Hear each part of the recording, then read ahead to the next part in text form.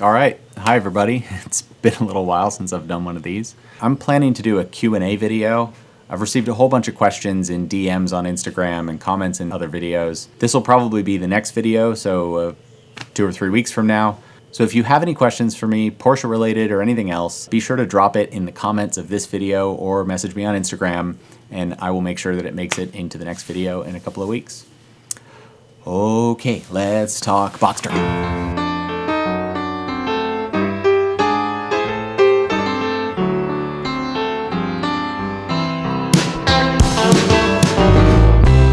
Okay, so I've had this car for about 6 months now, and I've handled almost everything externally and mechanically that I want to get done. So I think it's time to actually start chipping away at what is now kind of the elephant in the room, and that's the interior. Now, at the risk of sounding overly dramatic, I should be clear that this interior is not a disaster by any means, but it is suffering from all of the sort of wear and tear items that this generation of Porsche typically do. Most notably, the soft touch paint that's on a lot of the interior surfaces is flaking off and scraped off in a whole bunch of places. Now, since I'm tackling interior surfaces, I thought it would be a great opportunity to upgrade it a little bit.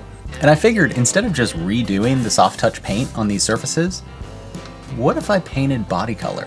Body color center console and trim panels was an option at the time. This car didn't come with it, obviously, but I think it would look really cool, and I think I can do it myself.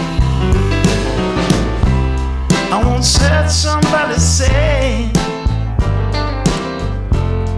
this is living don't come easy. So as with any paint project, the preparation is both the hardest and the most important part. And to be honest, this is the only part of the project that I'm a little bit concerned about. I've done a lot of research and settled on this citrus strip for stripping the existing soft touch paint off. So I think I just brush it onto the parts and just let it sit, and then I scrape it off. So we'll see what happens. Every day and every night.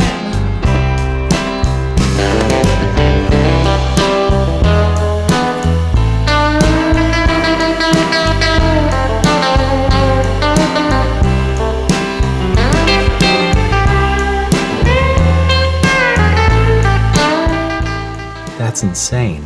I mean, that is pretty insane. It's been 5 minutes, maybe?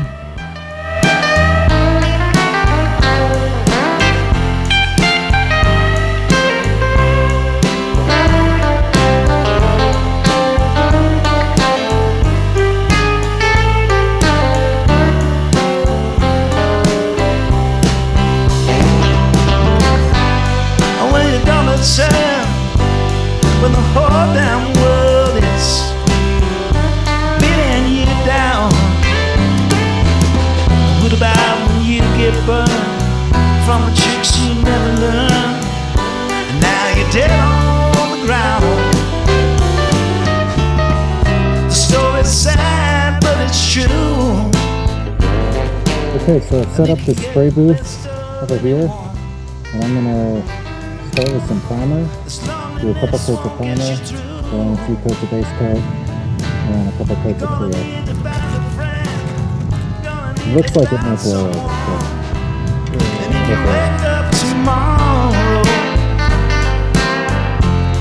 and your heart ain't feeling right.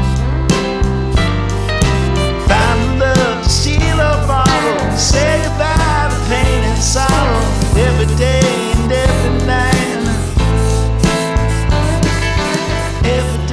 Okay, so I got the base coat done yesterday on all the parts, and it actually looks really, really good. I'm super happy with how it came out. I'm about to go on a bike ride, but I figured it would be good to get some clear coat down on it before I do. It's gonna need to cure for a while after that, so I'm gonna see how that goes.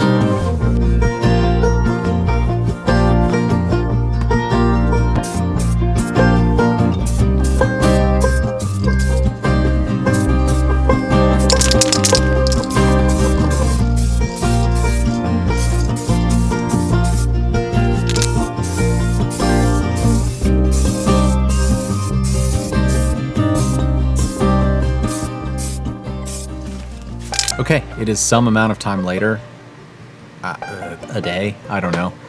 I've got basically all the paint done on the center console. I've done 3 coats of base coat, 3 coats of clear, I'm now gonna let the clear cure for about 48 hours before I do any polishing on it. Overall, I'm really happy with how it came out. I think the paint looks fantastic, and it's gonna look great inside the car. While I'm at it though, I did notice that the inner door sills are pretty scratched up and could use a repaint. I happen to have some of this Worth satin black trim paint that I think will be perfect. I may live to regret this, but I'm gonna try to give it a shot and just scuff it up and shoot a couple of coats of this. Fingers crossed.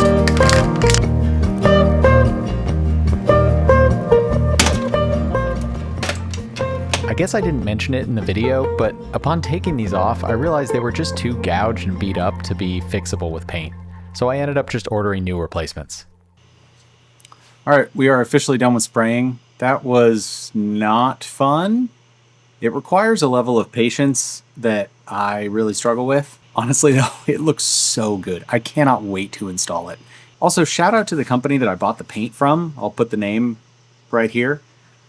The paint match is outstanding. The mix is really, really good. I've bought body colored spray cans from a bunch of different companies in the past, and this is by far the best mix that I've gotten, and it matches the body color of this car to a T. It is absolutely beautiful. I'm really stoked with how this is coming out, and I can't wait to see it on the car. All right, it's a couple of days later now, and everything has fully cured, and it looks great. Honestly, I had planned on doing a little bit of wet sanding and polishing.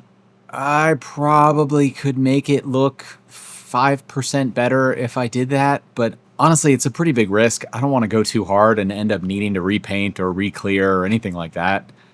I'm actually really happy with how it looks, and I think once it's all back and reassembled, it's going to look great. So I'm just going to go ahead and start reassembling it and see how it comes out.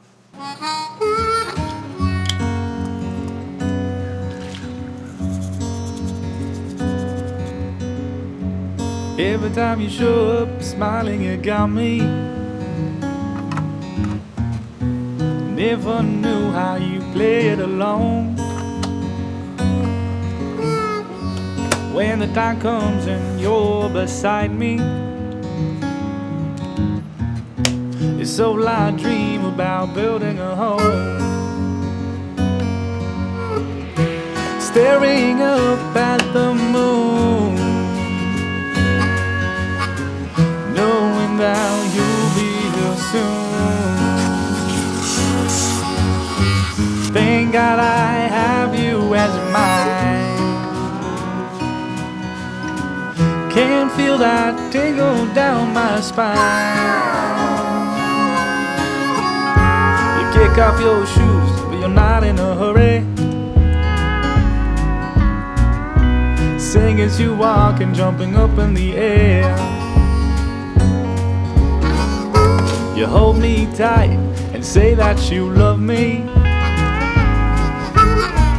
Every thought that I have just got blown away. Staring up at the moon, knowing that you'll be here soon. Thank God I have you as mine. Can feel that tingle down my spine.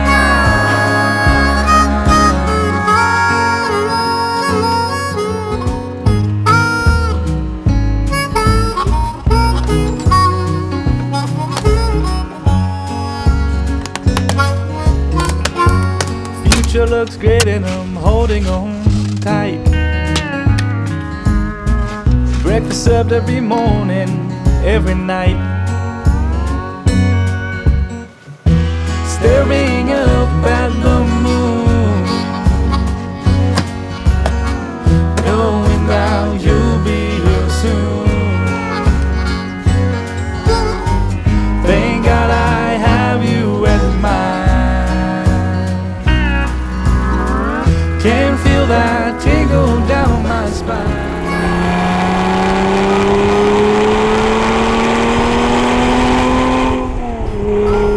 Well, what a fantastic day to be out on the road.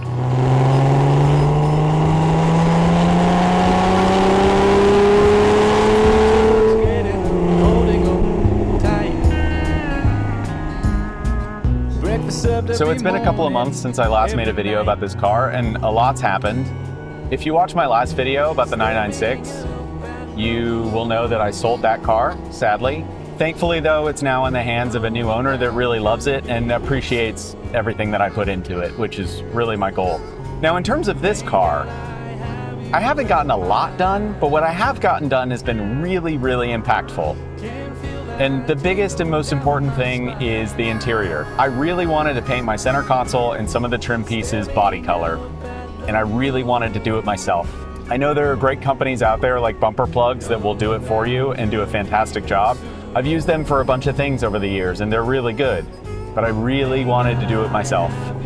So I removed the center console and a few of the trim pieces, completely stripped them down to bare plastic, primed them, painted them, cleared them, and reinstalled them, and it looks so good. I am so happy with how it came out. It completely transforms the interior of this car. The other thing that's happened since the last time I made a video about this car is that I decided to sell it. And I know what you're thinking. It seems insane that I would ever consider selling this car, considering I already owned one, I already sold it, I regretted it, and then had to go and buy another one. I know. I was on a flight the other day and I was killing time by browsing the internet for cars, and I found something really special, something that felt like it would be an appropriate kind of next project for me.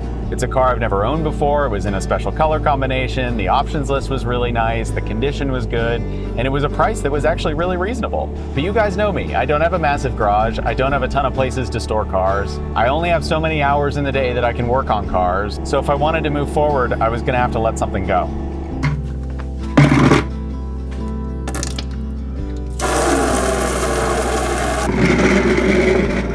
You see, I, much like so many of us crazy car people, have a long history of making less than perfect decisions about cars.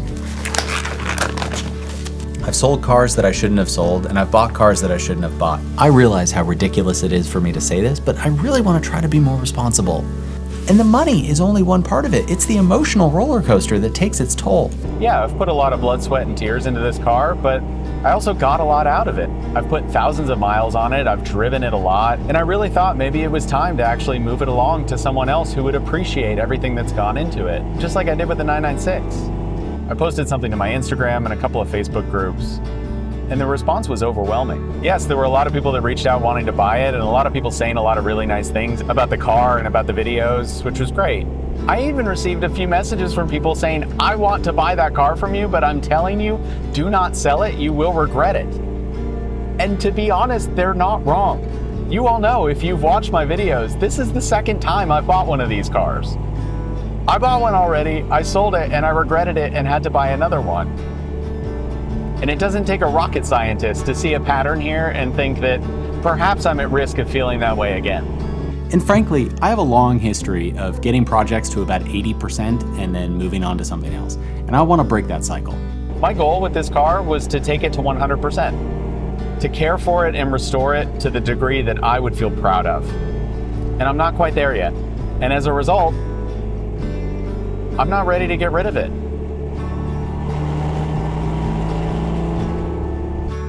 So I'm not selling this car right now. I can't say definitively that I never will, but after everything I've put into it, I just feel like I need to get it to the finish line.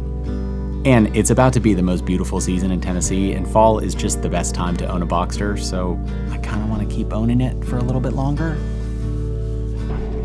I'll say, I'm sorry to anybody who was really interested in buying this car and I may have misled. To be honest, I still get imposter syndrome about a whole bunch of things, and I'm often not totally sure why anybody bothers to watch these videos, but the number of people that have messaged me saying that they just bought their first Boxster because they watched my videos and they're absolutely in love with it, it's mind-boggling, and it brings me so much joy. What you're witnessing is the real-time internal conflict that I face with these cars.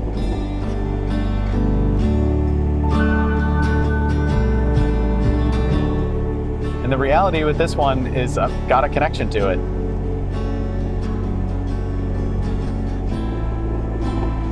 And it's not ready to go. That Boxster is far from my first love, but that Boxster is what started this channel and what got me headed down the path of sharing my passion with everybody.